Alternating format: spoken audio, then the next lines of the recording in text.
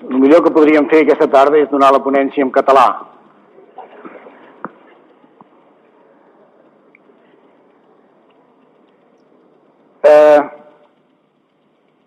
Me he quedado sorprendido de ver el cambio de título de la proyección o de la ponencia, proyección horizontal del Evangelio, y aun cuando es cierto, en cierto modo, pero resulta que el énfasis más importante para mí de cualquier estrategia evangelística no es tanto el aspecto horizontal como el aspecto vertical.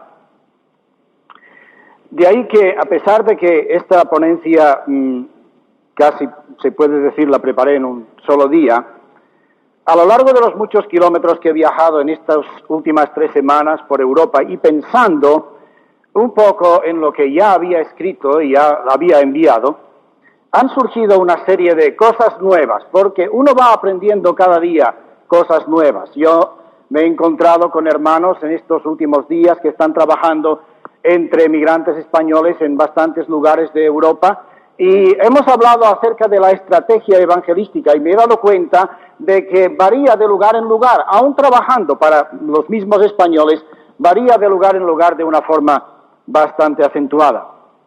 Ahora, estas notas que hemos puesto aquí, las hemos puesto en la confianza de que los grupos de discusión las van a desmenuzar, van a añadir, van a corregir, van a sacar, y que al final todos vamos a salir beneficiados de esto. Damos por sentado que la comunicación del Evangelio es la proclamación del mensaje de las buenas nuevas de salvación, que este mensaje es inmutable por el hecho de que su autor es Dios mismo, y que el destino del mensaje apunta directamente al corazón del hombre. Estamos a 25 años del año 2000 de la era en que la palabra encarnada en Cristo vino a revelarnos el plan más comunicable de todos. Pero a lo largo de las generaciones, aun cuando el problema fundamental del hombre sigue siendo el mismo que desde su caída en pecado, su disposición receptiva para oír la voz de Dios varía en el tiempo, circunstancia y lugar. De ahí que hoy tengamos que seguir hablando de comunicación y estrategia para transmitir el mensaje de aquel que quiere que todos los hombres sean salvos y vengan al conocimiento de la verdad. Por la misma razón, conocer el mundo, el hombre y su circunstancia es importante para la comunicación. Cristo fue un observador inigualable y Pablo lo era también. Su discurso en Atenas es toda una lección de buena comunicación. En el mundo de aquel tiempo, de Pablo, como en el de hoy, habían los que pedían señales y los que buscaban sabiduría. Los había con interés por escuchar el mensaje, sin interés ninguno, y aún los que con violencia lo repudiaban, como hoy. Por todo, la base fundamental sigue siendo el predicarles a Cristo y a Cristo crucificado. Las reflexiones que aquí se hacen están más bien centradas pensando en la comunicación y estrategia para España.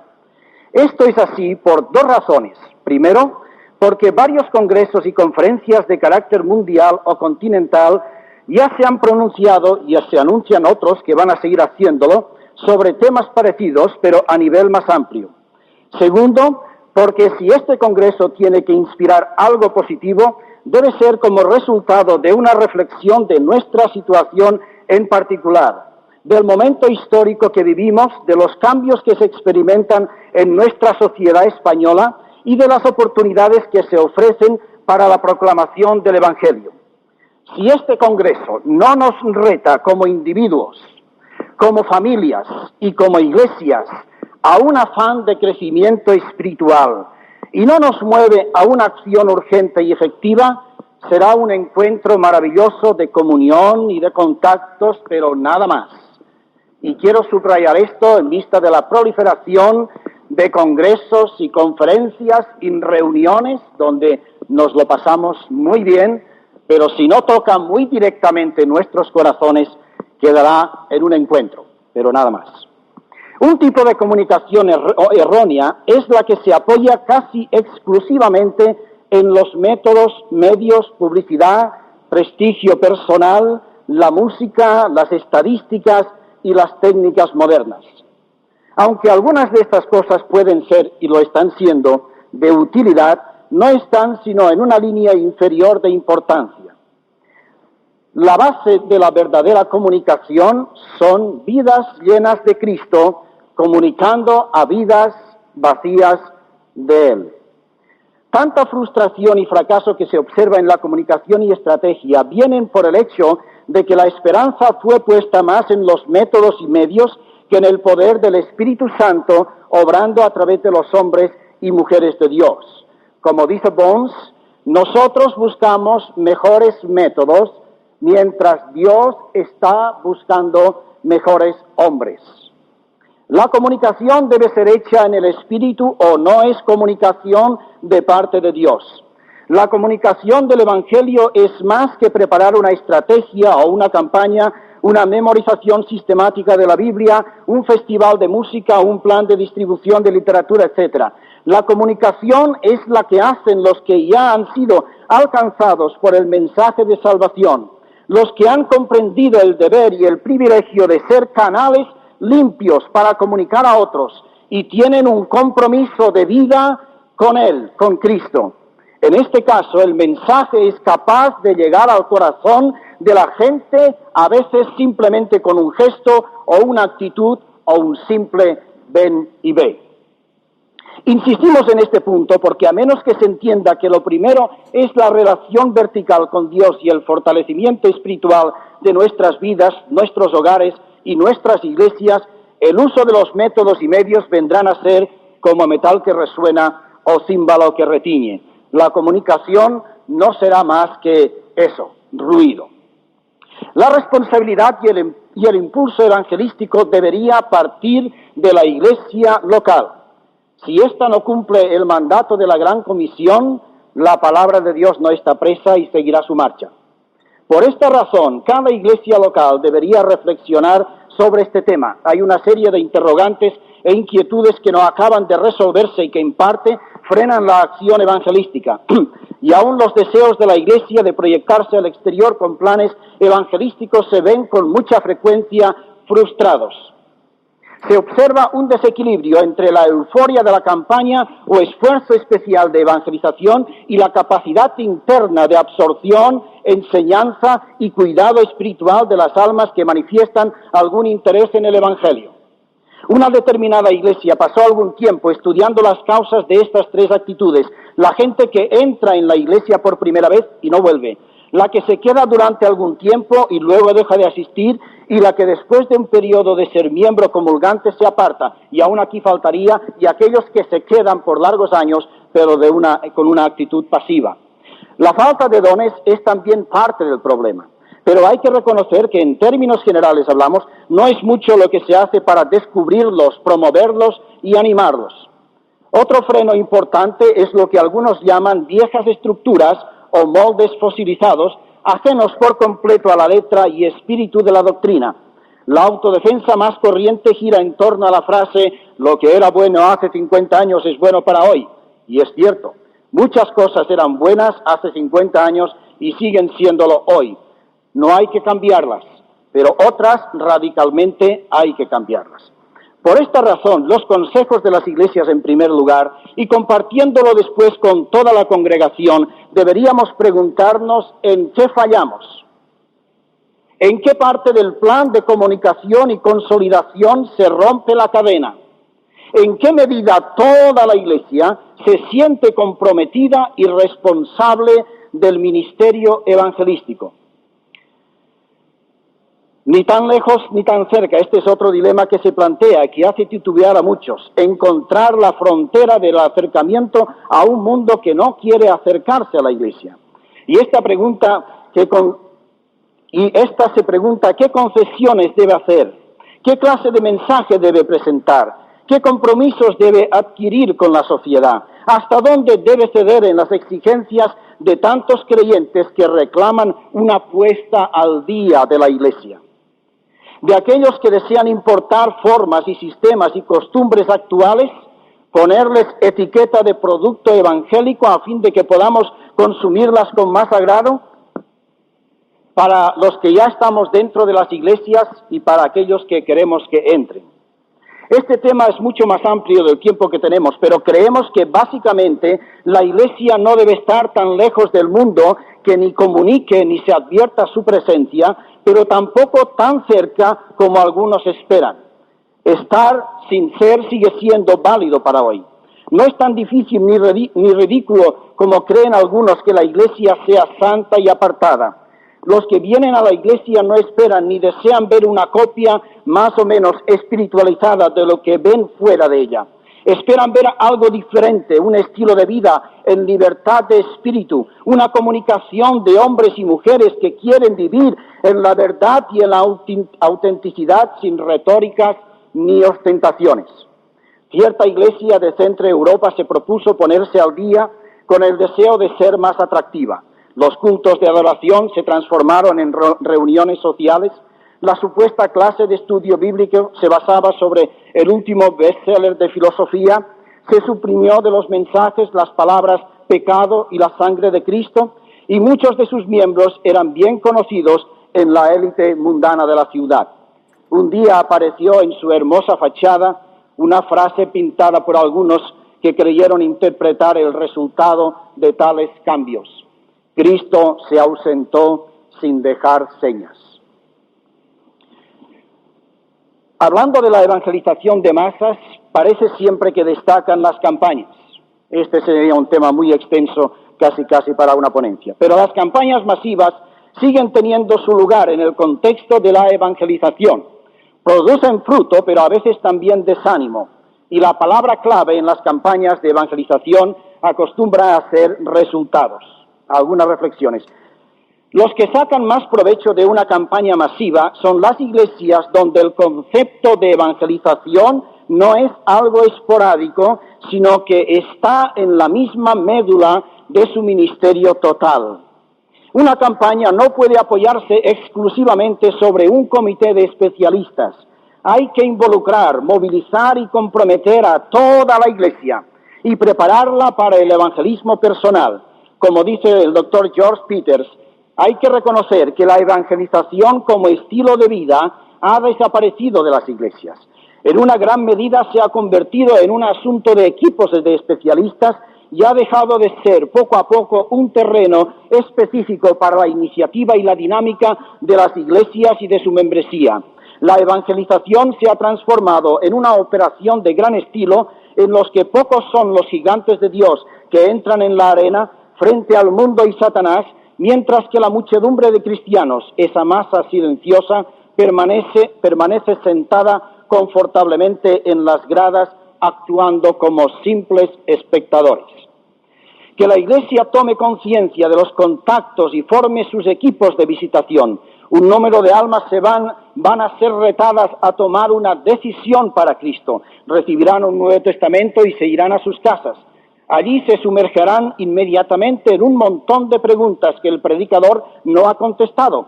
Algunas sentirán temor de haber hecho el ridículo, otras tendrán problemas con familiares y amigos, bastantes quedarán confundidos por las razones contrarias de las sectas. En realidad la campaña solo está empezando en este punto.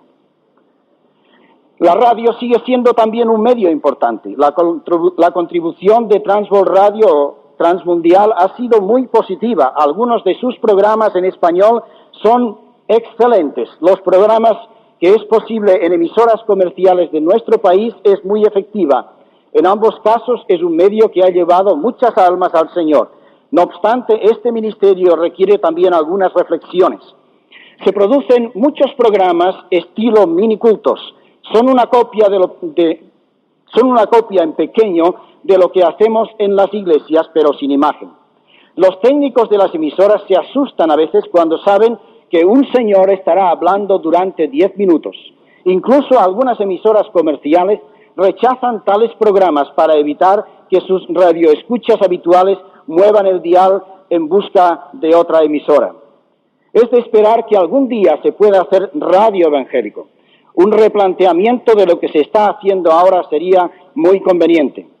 Algunas ideas que han surgido últimamente en España para una emisora netamente evangélica deberían tener el eco que sus impulsores desean, por lo menos que se avanzara en investigar posibilidades legales, económicas, de emplazamiento, programación, etc.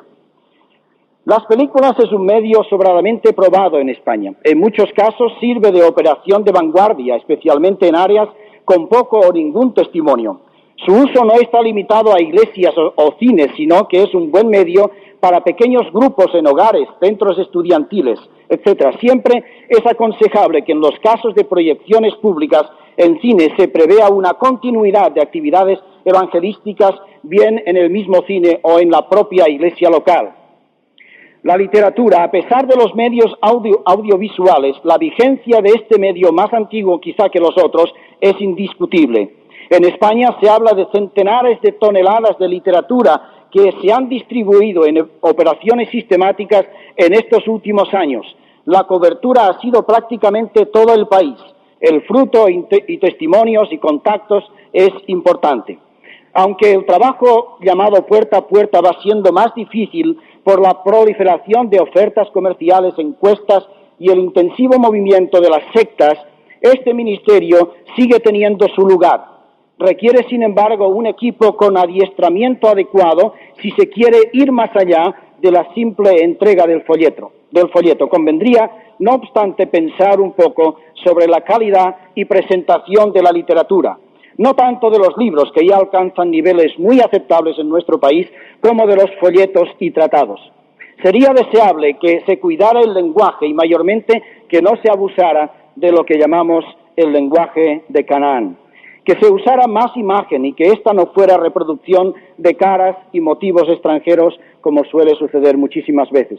España y Portugal son países afortunadamente muy fotogénicos. Que en lo posible sea literatura editada en España en correcto castellano y con dirección postal de nuestro país. Que se produzca literatura para distintos niveles. Que si se usan traducciones se eviten las ilustraciones y ejemplos que son propios de otros países, pero que en ciertas áreas nuestras o en ciertas comunidades son muy poco comunicables y a veces producen una reacción más extensamente. Resulta difícil adoptar un mismo tipo de curso para todos los niveles. En la gran red de comunicación de masas entran toda clase de posibilidades. Hay algunos medios que pocas veces se incluyen en la lista de evangelísticos, pero que no lo son, pero que lo son en gran escala. La comunicación no está limitada a determinados moldes. Lo que se requiere es encontrar la situación adecuada donde el mensaje pueda ser escuchado. Por ejemplo, evangelizar a un niño, la evangelización entre los niños en un culto formal programado para mayores tiene, con raras excepciones, pocas posibilidades de éxito. El mismo mensaje puesto a su nivel y en un ambiente que les sea cómodo será mucho más eficaz. Esto es evangelización. La evangelización en un ministerio de mujer a mujer es un medio de amplias posibilidades. Y aquí en este congreso, excepcionalmente, de lo que hemos visto en tantos y tantos congresos que hemos asistido, hay una buena representación femenina y esto nos anima también. Las iglesias que apoyan este ministerio de mujer a mujer y lo fomentan están recogiendo abundante fruto. Conciertos de coros y conjuntos pueden tener también un enfoque evangelístico y lo están teniendo ya. Muchos han tenido el primer contacto con el evangelio a través de este medio. Los equipos de jóvenes cantando y testificando en las playas o en la montaña, bien enfocado, es un medio evangelístico. Las excursiones propias y clásicas de nuestras iglesias enfocadas bajo un punto de vista evangelístico es también muy efectivo. Los campamentos tienen unas oportunidades únicas para evangelizar. La gente de las grandes ciudades especialmente tiene un afán de evasión del cemento y asfalto y busca aire y busca sol y busca amistad. Es un medio importante de evangelizar. Las comidas evangelísticas promovidas a distintos niveles ofrecen peculiaridades interesantes. Hay experiencias muy positivas de comidas ofrecidas por profesionales o comidas familiares en las cuales tienen un enfoque evangelístico. Estas y muchas cosas más que sin duda surgirán de la aportación común de los participantes al Congreso reflejan la dimensión de oportunidades y el vasto campo que tiene la comunicación del Evangelio, que en ningún momento anula ni desplaza el culto evangelístico de la Iglesia, al contrario, le abre nuevos canales que revertirán en su propio beneficio.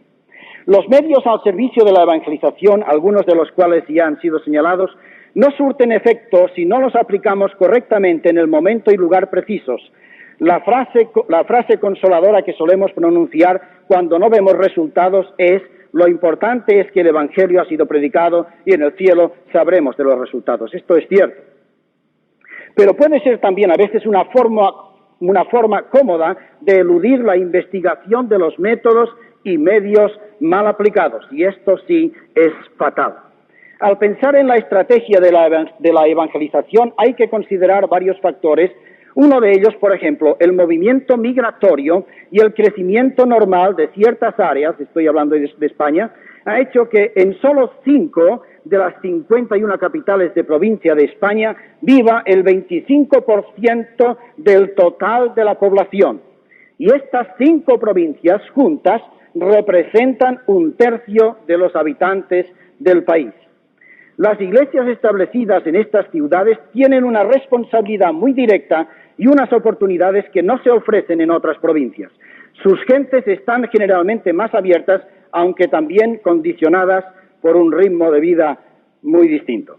De cualquier manera, el conjunto de los métodos y medios bien aplicados debe dar como resultado el nacimiento de nuevas iglesias locales. Estas iglesias locales nacerán como resultado, entre otros, de la reproducción natural de una iglesia establecida.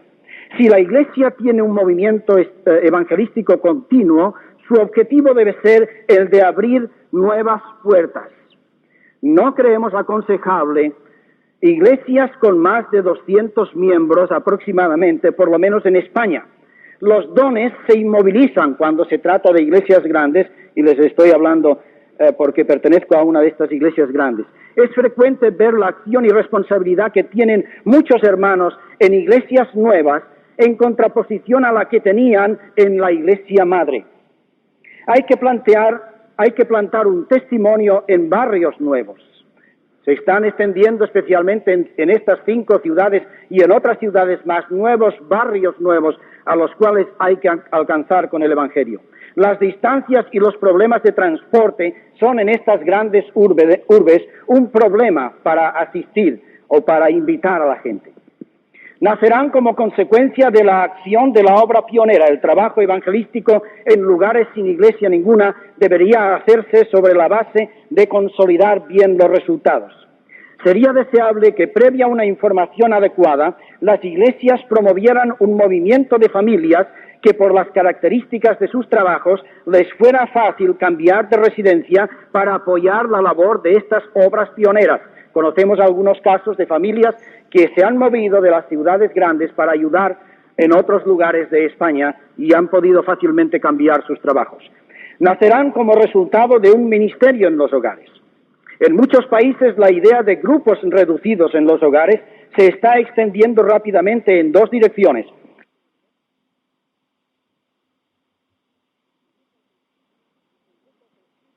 En grupos de estudio y oración para creyentes y en plan netamente evangelístico.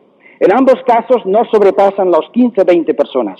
Algunas razones de esta modalidad son conveniencias de horarios, ubicación, problemas de transporte, etc. Pero mayormente para que la comunicación tenga un carácter menos formal y más íntimo, reducido y con oportunidad de diálogo, porque esto es lo que le gusta a la gente de nuestros días. También por la poca disposición de los inconversos para asistir a una iglesia, sea de la clase que sea. Nacerán como resultado de que cada uno viva por uno. Otra modalidad interesante y que en España está dando ya su fruto, el marco puede ser una oficina o un pequeño salón neutral. Se extiende una convocatoria a los que ya están siguiendo, por ejemplo, un curso bíblico por correspondencia o que desean estudiar la Biblia. Un equipo de creyentes previamente adiestrados toma la responsabilidad del cuidado espiritual de una persona, ayudándola en su estudio de la palabra, visitándola, orando con ella, etc. Al considerar la estrategia a seguir, hay que pensar también en otros factores que inciden directamente en la acción evangelística. Los cambios de estructuras y conceptos que se producen en España hoy, algunos de una forma casi peligrosamente acelerada, hay que preguntarse cómo es la España que debemos evangelizar, ¿Qué influencia tiene en la capacidad receptiva de la gente el bombardeo a que está sometida por voces, luces, propaganda, nuevas ideas, sectas y, por supuesto, los 6 millones de televisores que casi ya tenemos en nuestro país? ¿Qué cambios profundos se experimentan en el terreno religioso? En todo este contexto de problemas y oportunidades, buena parte de su solución y continuidad de la obra está en manos de la juventud.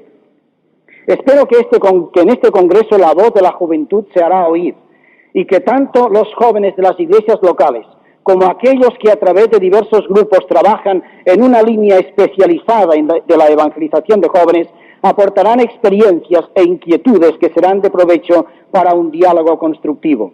El testimonio que demos en los próximos años depende bastante del precio que todos estemos dispuestos a pagar ahora.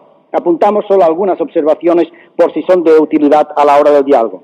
Uno de los aspectos importantes que los jóvenes han de considerar es su formación bíblica. Nada, y subrayo, nada puede sustituir este punto. Ni los métodos, ni los medios, ni la música, ni la distribución de folletos, ni ninguna otra actividad. El conocimiento de la palabra está en primer lugar y sin ella lo demás, que puede ser bueno, mediocre o malo, no tiene ni fuerza ni sentido. René Padilla, hablando de los hijos de creyentes que se apartan de las iglesias, ha dicho: la razón de su separación es una crisis de fe debido a la ausencia de base teológica. El joven cuyos conocimientos bíblicos no supera el nivel de la escuela dominical, tarde o temprano encuentra que su esquema del cristianismo se rompe, que su fe no tiene fundamento para soportar el peso de toda la problemática que le plantea la vida en sociedad. Y Billy Graham nos decía hace solamente pocos días en París: hemos de preparar urgentemente a nuestra juventud para la gran crisis que se avecina en el mundo, y hemos de hacerlo con la palabra de Dios. En algunas iglesias locales se observa claramente como dos iglesias en un mismo edificio, una de jóvenes y otra de adultos y ancianos. Uno tiene la sensación de que hay poco en común entre ambos grupos. No creo que esta actitud tenga ningún apoyo bíblico. Parece más bien un intento de llevar a la iglesia las mismas diferencias generacionales que existen en la familia y en la sociedad. En realidad es una consecuencia lógica. Pero hay que reflexionar seriamente sobre este tema. Los adultos y los jóvenes debemos entender que todos estamos comprometidos con el todo del ser y actuar de la Iglesia. Que la adoración, la comunión con los otros miembros del cuerpo, el estudio de la palabra, el servicio, el testimonio frente al mundo es un compromiso común. Puede haber reflexión y diálogo sobre la forma de llevarlo a cabo, pero nunca sustitutos, divisiones o inhibismos. Cuando la Iglesia adora, vive y testifica junta, muchos de los métodos y medios que son propios de la juventud tienen justificación y deben tener apoyo, porque en este caso toda la Iglesia es parte del plan y ora y ofrenda para un bendecido resultado. La colaboración de las misiones. Lo importante del tema escapa del tiempo que disponemos, pero sería interesante que en otro momento y lugar se tratara a fondo. En la comunicación y estrategia hay que contar con los misioneros extranjeros y les damos las gracias por su presencia en nuestro país. Ellos tienen todavía un lugar en España por razones bien claras, pero su presencia e integración a la obra total de la evangelización está sujeta a unos condicionamientos para que su colaboración sea positiva y a la vez evite frustraciones personales por falta de adaptación y de conocimiento de la idiosincrasia del pueblo español, supongo que también del pueblo portugués, su historia, su cultura, su tradición religiosa, etc. Dejamos solo algunos pensamientos al respecto. La conveniencia de que el misionero venga a España con un conocimiento lo más amplio posible del idioma, eso es básico. Que en su tiempo de preparación aprenda también los aspectos ya citados y el desarrollo y particularidades de la obra evangélica en este país. Que en lo posible venga con algún propósito y ministerio definido como resultado de una información previa de las necesidades y de la oración buscando la guía del Espíritu Santo. Que se integre en una iglesia local por algún tiempo colaborando en diversas facetas antes de salir abiertamente al campo del trabajo pionero. que en general traten de integrarse con las obras ya establecidas. Esto es, a mi modo de ver, muy importante en la estrategia y comunicación del Evangelio. La obra entre emigrantes. Europa tiene un número considerable de emigrantes españoles, 3 millones de españoles y no sé cuántos de portugueses los encontramos en Europa. La labor evangelística en esta esfera es tradicionalmente difícil, pero muchos de nuestros compatriotas han conocido al Señor fuera de nuestras fronteras. Es frecuente escucharles decir, Dios me ha traído aquí para conocerle, a pesar de que en mi pueblo hay una iglesia evangélica, etc.